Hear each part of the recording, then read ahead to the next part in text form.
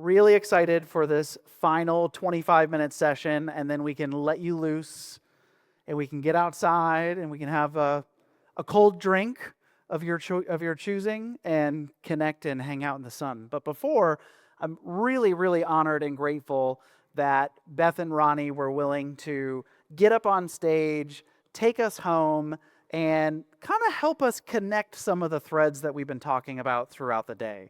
So super thrilled to talk about how Seattle Humane is building a high-touch donor program. And Beth is the Associate Director of Institutional and Individual Relations, and Ronnie is the Annual Giving Manager. But I think before we dive in and kick it off, I would just love if you two wanted to give a brief introduction, about yourselves, where you come from in the sector, because you're both relatively new in the last 3 to 4 months to Seattle Humane. And then if you want to just give us a little bit of background on the organization as a whole, the impact that's being made, that would be great. So Beth, do you want to kick us off? Yeah, happy to. Am I using this right? Can everybody hear? Great. So yeah, I am Beth Raas-Bergquist. I have the longest title right now I've ever had in my life. And I have been at Seattle Humane for 4 months. Prior to that, I was at Girl Scouts of Western Washington. My old team's right over there.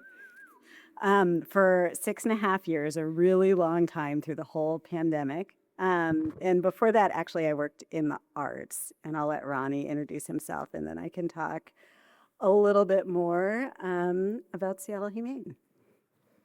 Yeah. Hey, everybody. My name is Ronnie Davis, and I've been in development since about 2017. For the last 5 years, though, I've been working in major gifts. But previous to that, I've been doing a lot of annual fund stuff. And so this is kind of a return to annual fund for me. And I'm really enjoying it. Amazing. Cool. Can you tell me the second half of I know it was something about Seattle Humane. Oh, yeah. Just give us some context on sure. the mission, the background of the organization, and maybe just a high-level insight on the impact that you're having in the community. Yeah, absolutely. So Seattle Humane is almost 130 years old, if you can believe it. Our mission is to create a kinder world for pets and their people. It's a little bit longer than that, but that's the main point. Yeah, we have, so I'm sure most of you know, like most humane societies, we have a pet adoption program, and that's the core of what we do. But we also do a lot more that I didn't even know about before I started working for Seattle Humane. For example, we have what's called the Pet Resource Center that includes a pet food bank that serves 1 million pet meals, just about 1 million pet meals every year. So some people, like in-kind donors, for example, set up their Amazon account to just deliver, like 20 pounds of dog food every month to the pet food bank. And if people can't afford dog food that month or that week when we're open, they can come down to the shelter and pick up, some food for their dog or their cat or their critter, which we define as like rodents. So that's part of it. There's another part of it that I find really meaningful is we have like temporary housing for people who are unhoused or who get into housing that they don't have a pet deposit right away. We can take a pet on a short-term basis, put it into a foster home for up to 90 days, I believe, through our SPOT program, it's called. And that keeps pets and their people together. We really aim to do that as much as possible. So that's kind of just highlight of some of the things we pay for, like at least partially for like surgeries, vet visits, sometimes entirely for those things. We have a free vaccine for pet program. Ronnie, what else am I failing to highlight? I think there is a program where you get either free or discount or heavily discounted pet food if you're living in certain zip codes, which is a great equity tool that I had not even started to consider before I worked here. Yeah, absolutely. We also have a lot of education programs. There's dog training. If anyone's interested, we're having a free ice cream social. in Marymore Park on Saturday. You can bring your dog. Our dog trainers are going to be there to answer some questions. They will not train your dog, but they will answer your questions. And there'll be human ice cream and pet ice cream, and it's sure to be a good time. And it's a very active building. Like if you go there, there's just always something happening. Play groups, there's lots of training for dogs, training for people who are taking care of dogs, taking care of other animals. We had a cat lady in not too long ago who talked a lot about Yeah, rearing the cats. kitten lady. That's literally her name, the kitten lady. So I wasn't just calling her a cat lady or anything. Uh, and uh,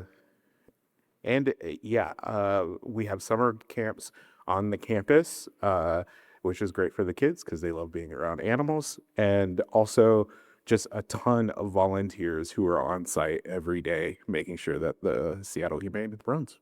Hmm. Amazing.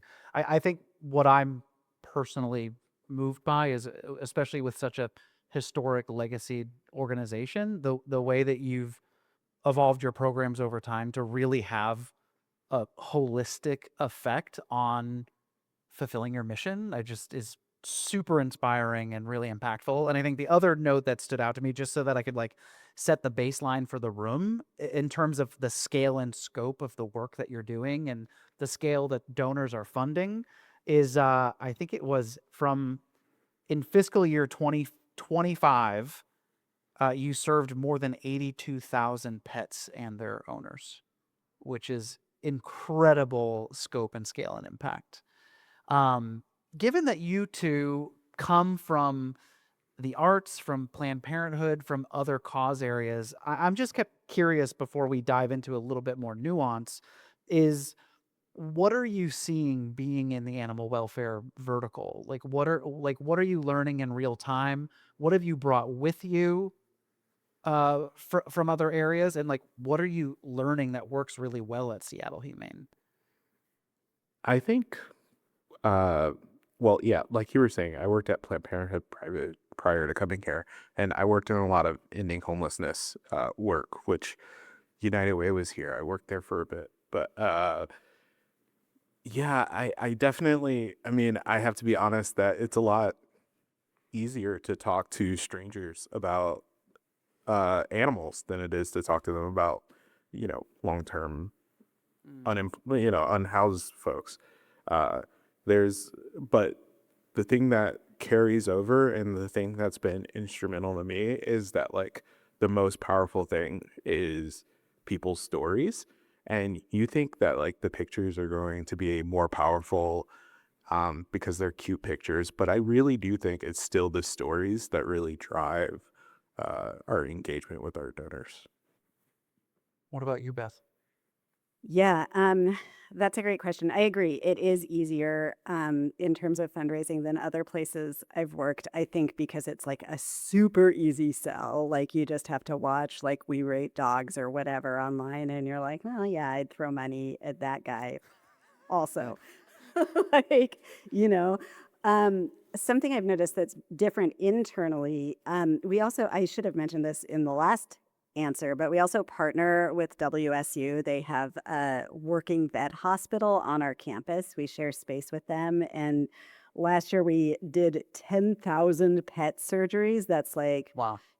a little bit of the 82,000 people and pets that we served. And so, because of that, it's a lot more scientific and we have a lot more like very specific data. Like I can't quote this intense spreadsheet that we have, but like when you use that number and it's on our website, which is how you have it, but we know exactly how many people we served. We know exactly how many pounds of pet food we distributed. And I would say in lots of cases at other nonprofits, it's kind of like, well, we serve about this many people. And we're like, yeah, that's close enough.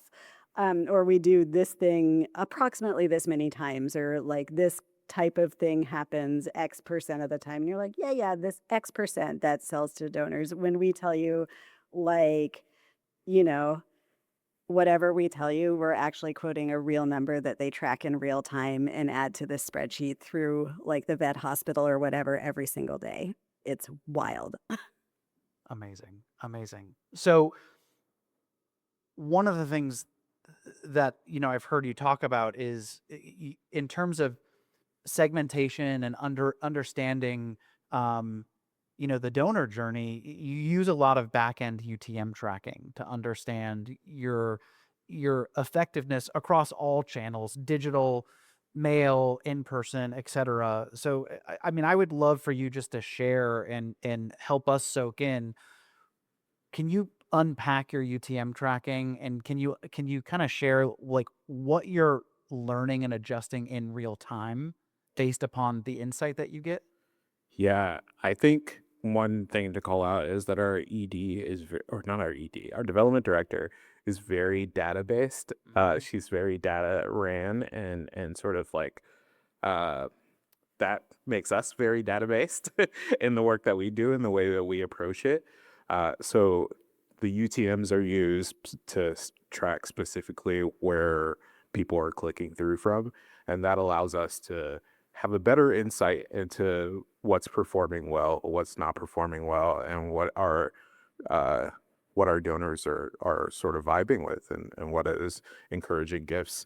And that I think is new to me too at this org of like tracking specifically not just click-throughs, but specifically where the click-throughs are coming from. And that allows us that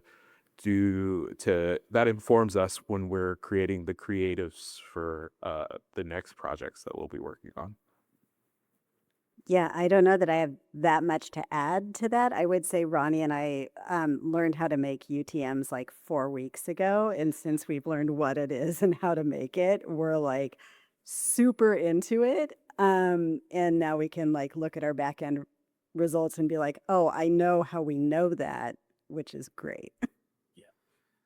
So I want to click in on, no pun intended. I want to click in on specifically one of the channels you're tracking on, which is mail, and I know that you've had a lot of success with mail. And for some context, something else that we're seeing at Fundraise Up in real time is, I've mentioned a few times today, this quarterly analysis that we've been running. Um, and in Q1 this year, I think something that surprised us, to be honest with you, is um, we learned that across 1,000 nonprofits, that across all channels, mail has the highest conversion rate across several global markets: US, Australia, UK, and Canada.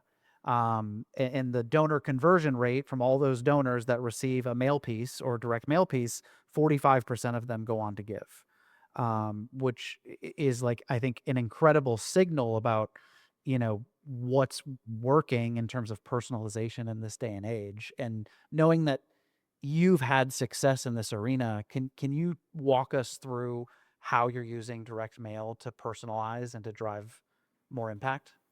Yeah, so we can say that we work with a third party organization, a marketing firm called RKD, and they are also able to provide us a tremendous amount of data. So it's coming from both directions of like we have useful data to provide to them, but they have useful data to bring back to us. But they send about, I would say it's segmented out throughout channels, but there's about usually two pieces going out a month Mhm. uh, for for uh, donors through a various amount of channels, and the pieces are decided by us. So we write the piece and we provide the stories and the pictures and everything, but they really help us understand what's performing well in the market right now.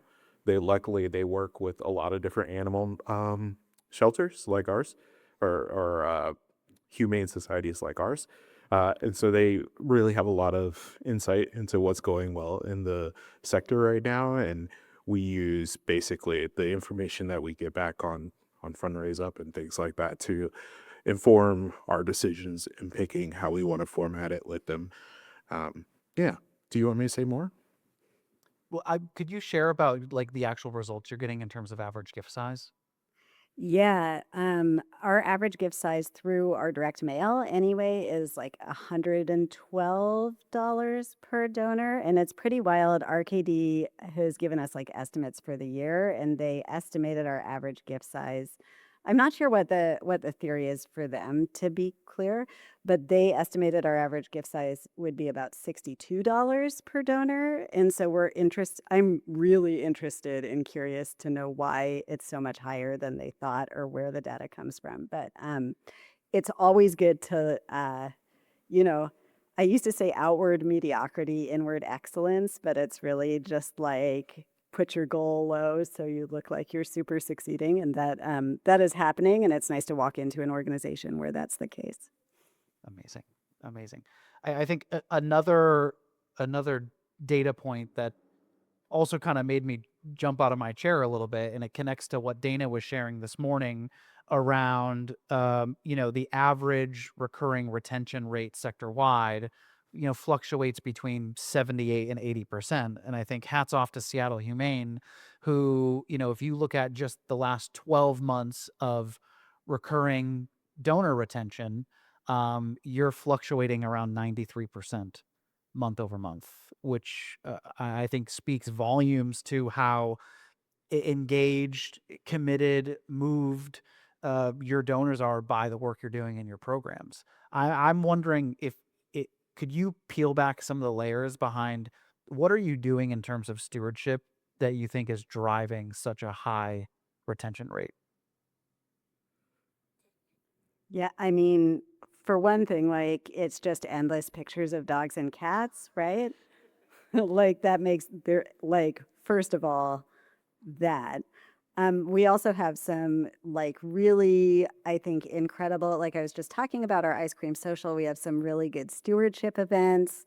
Our like flagship event, Tuxes and Tails, was this spring. It was like right after we started, and they had puppies and kittens at the happy hour when you walked in for guests to pet. Like stewardship is top notch. It's out of control. Like I saw that and I was like, oh, good. I've made a great choice about where to work. They know what they're doing.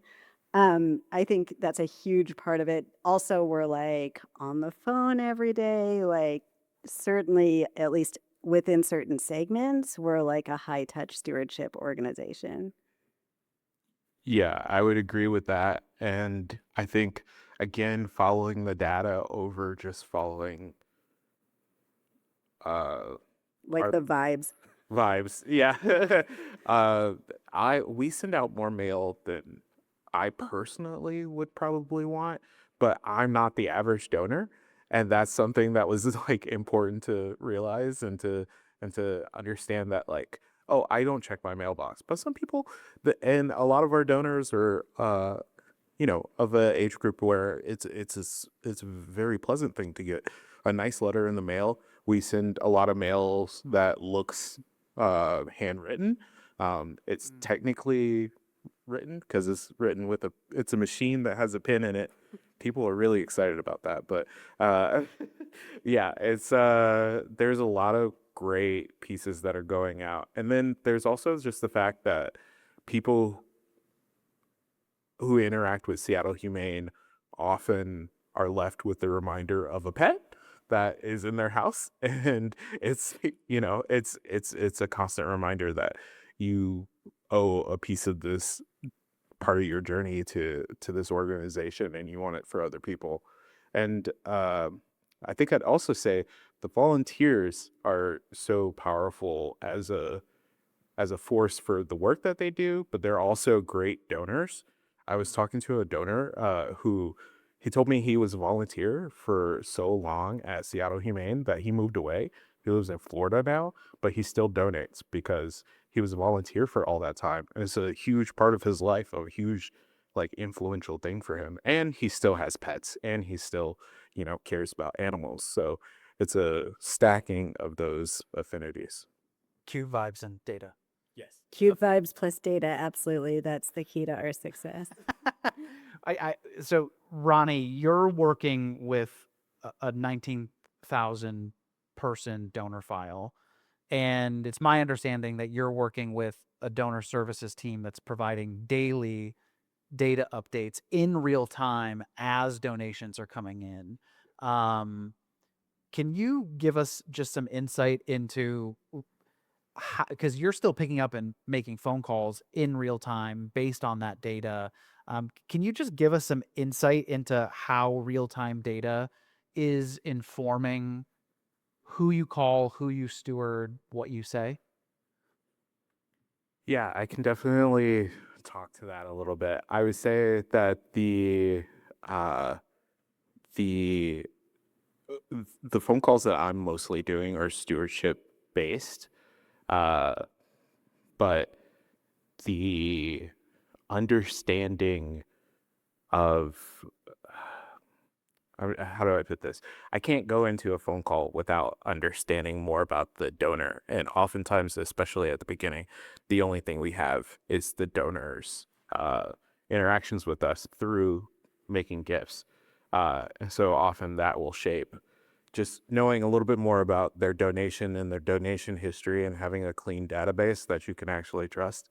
Uh, Completely changes the way you make phone calls and interact with people because you're able to pick up on things we and to mention things that have happened in the past, and that's something you can take for granted, but having that clean database that our donor services team manages uh, is super helpful.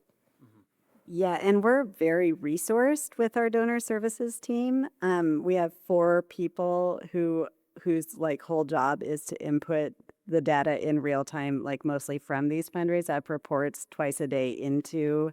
We use Razor's Edge.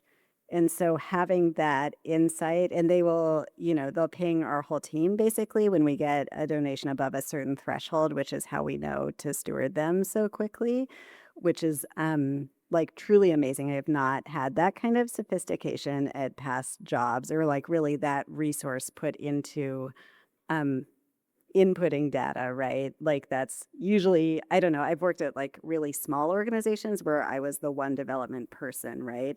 And you're like, oh my God, it's Friday, I better start putting gifts into the database. And this is like almost instantaneous, which is pretty amazing. Yeah, I worked at a place where there was a development team of 2 people, and we also used Razor's Edge, and it just was not in any way as helpful as it is going to be when you can trust the data that's being put in there. Right. Amazing, amazing. I think as we wrap up the day together, I think you've done an incredible job with a lot of scale across a large donor file, across complex programs that are making a huge impact. What's some advice that you have for the room around, especially with I think your fresh perspective in the organization is really unique and valuable. What are 3 things that you would recommend that folks go after first in terms of creating personalization at scale?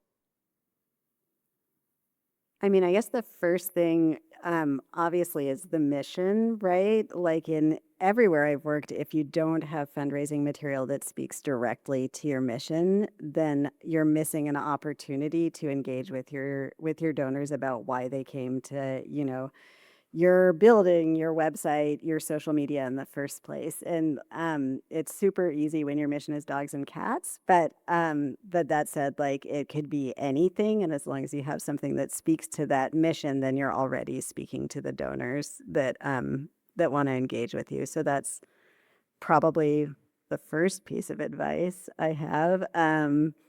I don't know. My second piece of advice is always be fearless, right? You never know who you're talking to, and you can always be like, would you be willing to give us $1 million today? And if they're like, oh my God, I can't even buy a lunch, you're like, haha, just kidding. I meant $2.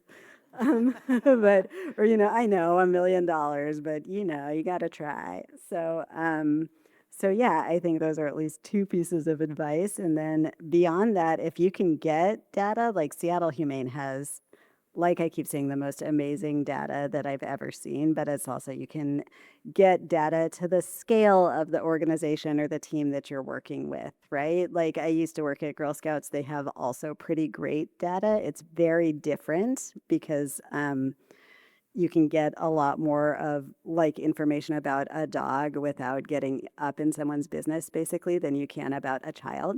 But that said, like whatever makes sense for your organization, having as much data about it as possible and I wish that I'd worked at Seattle Humane a little bit longer so I could rattle off some better statistics for everyone, but like being able to have like maybe 10 things linked to a number that you can throw out there, like, for every $1, like someone else was saying earlier today, for every $1 you can, help 7 pets find a home or something, which I'm making up. Don't quote me on that. That's not real for us, but something along those lines is always super helpful. And being able to back it up too, being like, have someone else in your organization being able to be like, yes, that is true. Yeah, I would say that I do have to echo what you were saying about the importance of data. It's just so critical and has really already changed the way I look at things. I would say, again, I said earlier, but I repeat, you you might not be what your donors look like, right? So just because something sounds wrong to you, you can look in the data and see what people are actually responding to. And it's not always, it's most of the time not what I would respond to.